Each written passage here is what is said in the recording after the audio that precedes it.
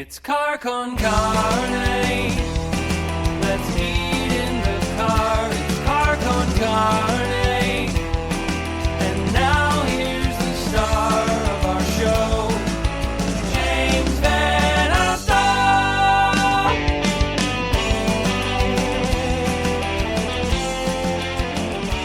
I love that. Welcome to Car Con Carne. Welcome back to the working week. I'm James Van Alstyne. Car Con Carne, presented tonight by Siren Records McHenry. I've said it before, one of my favorite record stores on planet Earth. I was there this Saturday. I just want to do a little show and tell of what I got at Siren Records McHenry this weekend. First of all, got this, Conscious Party, Ziggy Marley and the Melody Makers. Haven't seen this record on a shelf anywhere for as long as I can remember. Chris Franz, Tina Weymouth produced this. I still love this album. But really, the piece de resistance, the prime thing I picked up at Siren Records McHenry this weekend, the soundtrack, the original, the OG record, Rosemary's Baby. This is one of the best horror soundtracks, period. And I got it at Siren Records. And this is the kind of place, I swear to you, I was there for about an hour on Saturday. The longer I stayed, the more trouble I got myself in, the more stuff I found, the more stuff I wanted to take home. I got to a point, it's like being in a casino. You got to cut yourself off. You have to know when to just walk out. That's what I did. I love that place, Siren Records McHenry. Thanks to them for sponsoring the show. As you are well aware, this week, it is St. Patrick's Week. And, this branding banner is going to totally fuck me up. It is St. Patrick's Week, and it makes sense to have Avondale Ramblers return to the show. Love this band, Celtic folk rockers, Avondale Ramblers. As we say hello, Avondale Ramblers. Hi, James. I'm going to try to remove this branding because it's literally cutting off my face. Yeah, it is. Oh, there yeah, you look good. Not as good as you, Sean. And here's the thing about Sean being on the chat. We last did an interview on Car Con Carne a year ago, right before the world locked down. Sean was not in the car with us, which was a huge disappointment because, as we acknowledge, he's the charming, funny one. That's good. I was also not in the car last time. Correct. We drew the short straw. That was the thing. They didn't want to sex it up too bad with the first. Yeah. But we talked about your percussive prowess last time, as I recall, Fred. Oh, well, with this man, we told. You must have been talking about some other guy. I ain't got no prowess. So Avondale Ramblers, like I said, Celtic folk rockers. There's nothing more appropriate. And to celebrate, I'm doing my Irish part. I made a stop before the podcast tonight. I'm enjoying one of the great Irish traditions. As is Hugh Daly. He's also. Oh, look, here we go. Cheers. I got a Conway's Irish ale, Sláinte, Sail agus Bosca Heron. So I'm not talking on a show on camera. That's right. I'm not talking on a turn. There's music on the way, right? You're sitting on a bunch of songs. A whole record. So let's start there. What's the status of that? Well, we're missing Andy, who's kind of the ringleader in that regard, but we finished it, had it mastered, and we're just starting to dribble it out. We're going to do some song release at a time, working, putting a video together, and hopefully somebody likes it a lot. That's kind of where we are. So we just finished it a couple of weeks ago. We're soliciting labels, so if anybody, the record label is listening, reach out to us. We've got a great record ready to go. And it should be a record. It should be vinyl, and it should be green. It should be green vinyl, like no doubt about it. Green vinyl's a good idea. So some of the songs we've heard before, we've heard Out on the Lash, about a pub crawl in Dublin. Love that song. One for the Ditch. I think I saw a lot of people having One for the Ditch over the weekend. Oh, yeah. When I was out and about. I was driving. I mentioned Siren Records. I was on my way out to McHenry. I didn't realize that they dyed the Fox River green out in McHenry. And it looked like a scene out of, let's say, 2019. People everywhere in the streets, all having One for the Ditch. Maybe not the safest situation. Like bars open, people doing Jello shots in the street. I bring that up not as a COVID point, but as a One for the Ditch point. I was downtown on Saturday with my wife and daughter, and there was very few drunks, barely any drunks. Because they were in McHenry.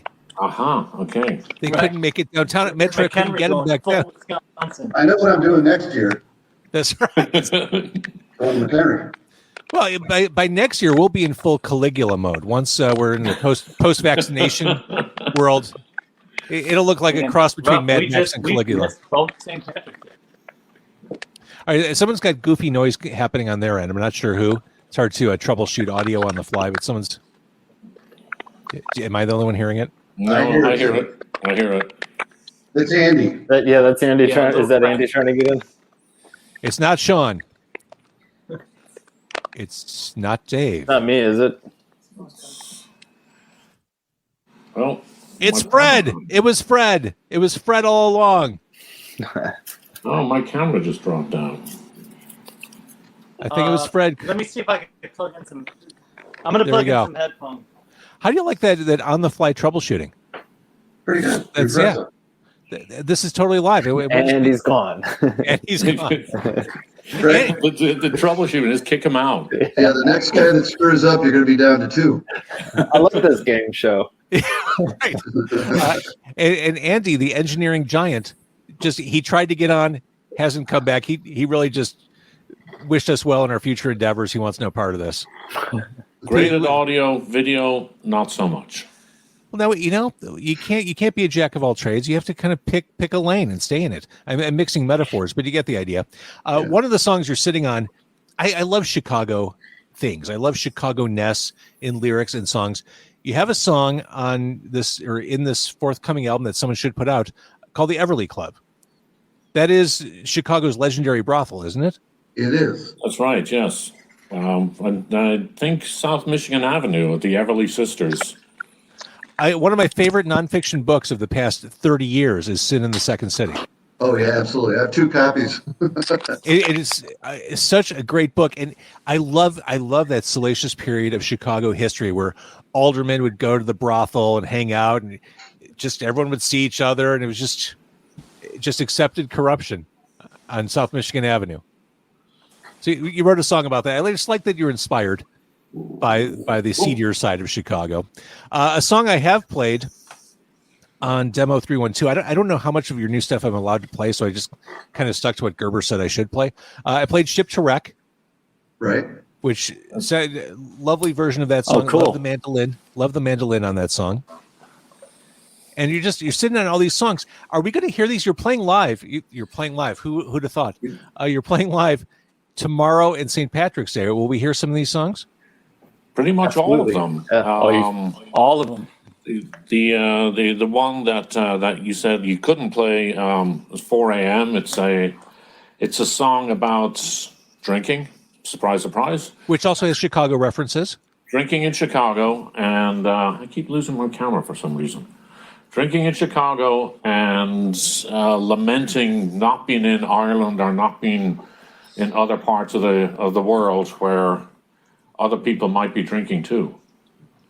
Love it. So let's talk about this. 1 year ago, the world was filled with promise, and then shortly after you appeared in my car, everything went to shit. I'm not drawing a connection between the two. That's just what happened.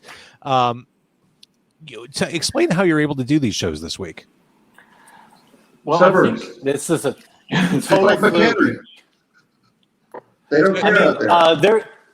Hey Nani is doing things like really, really by the book. So I'm not sure what the normal capacity of the venue is, but I want to say they're doing like a quarter or 20% capacity. That's why it's all pre-sale. And apparently they picked the venue. City Winery is sort of curating some of these events throughout the suburbs. And I think they picked this venue because the front window's open. There's a lot of airflow. There's not, they're really following the guidelines. I mean, I had to read through a whole contract worth of stuff just so we knew how to properly load in without infecting anybody. So Did you guys know that Fred can read? yeah, right. They're pretty buttoned up. Otherwise, we've had opportunities to play shows throughout the year, and we've turned almost everything down because either they weren't running it with COVID guidelines, or or they changed their mind about us at the last minute. Yeah, and when you got those offers, did you look at them like, seriously? What are you doing here? Yeah. Well, yeah, we did. There were a lot of places. We definitely had to just back away. Like, this is ridiculous. Yeah, and the that's part of suburbs was the Hey running Nani wild. is very the suburbs. And we had a couple of gigs where they went back and forth. We're going to cancel. We're not going to cancel. We're going to, we're going to have you outside. And then the day of the show, they would tell us, well, we're actually going to have you inside. I'm like, well, wait a second. That's, and obviously we want to get out there. We want to play, but we don't want to be the pariahs that, held a super spreader event in Palos Heights or whatever. No offense to Palos Heights. Right. No, I totally get it. All right. So the situation at Hey Nani is completely, they're scrubbed, they're limited, and you have to get tickets in advance. You can't just flood the place. You have to buy tickets by the table. So we haven't seen the layout, but I'm assuming there's properly distanced tables and you have to buy tickets by the table. And that the seating is limited because all 4 shows are practically sold out and we're playing.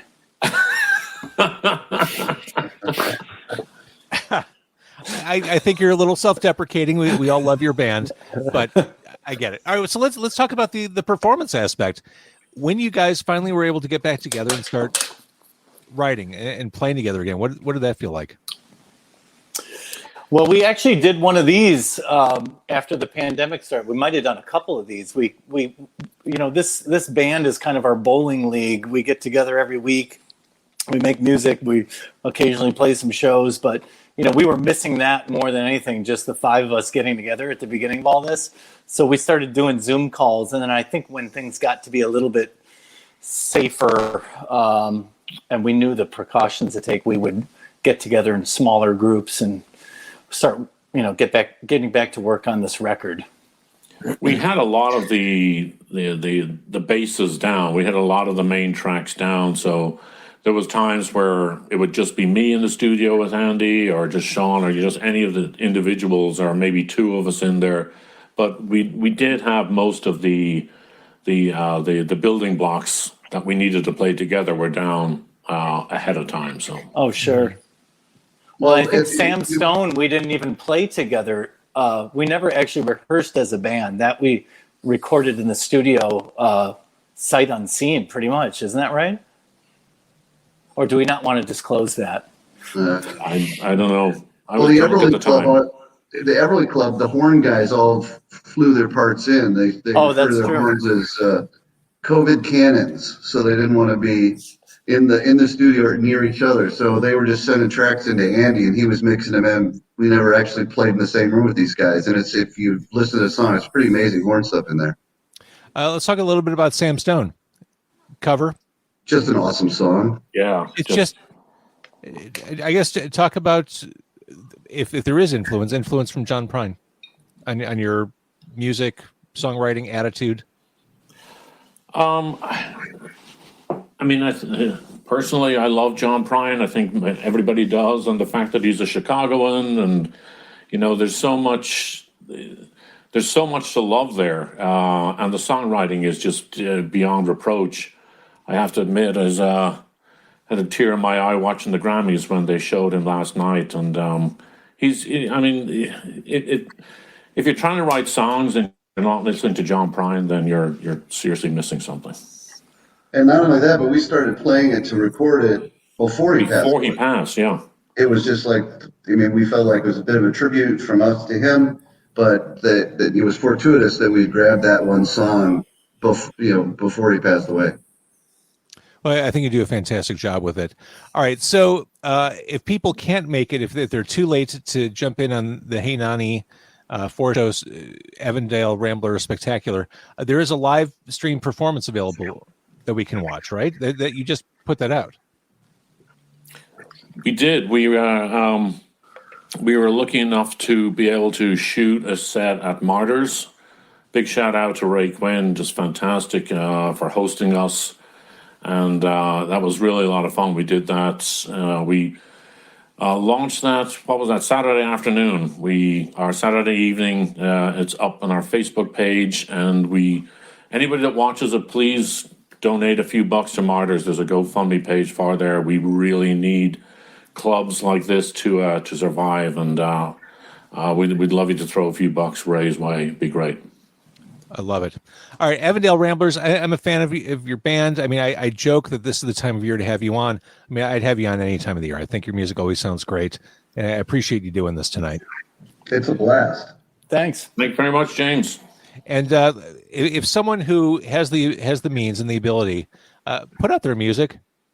Let's get that green vinyl going for Right. Avondale Ramblers. This new stuff kicks ass. So, All all right. Thank you, gentlemen. Thank you, James. Thank you, Take care, James. James.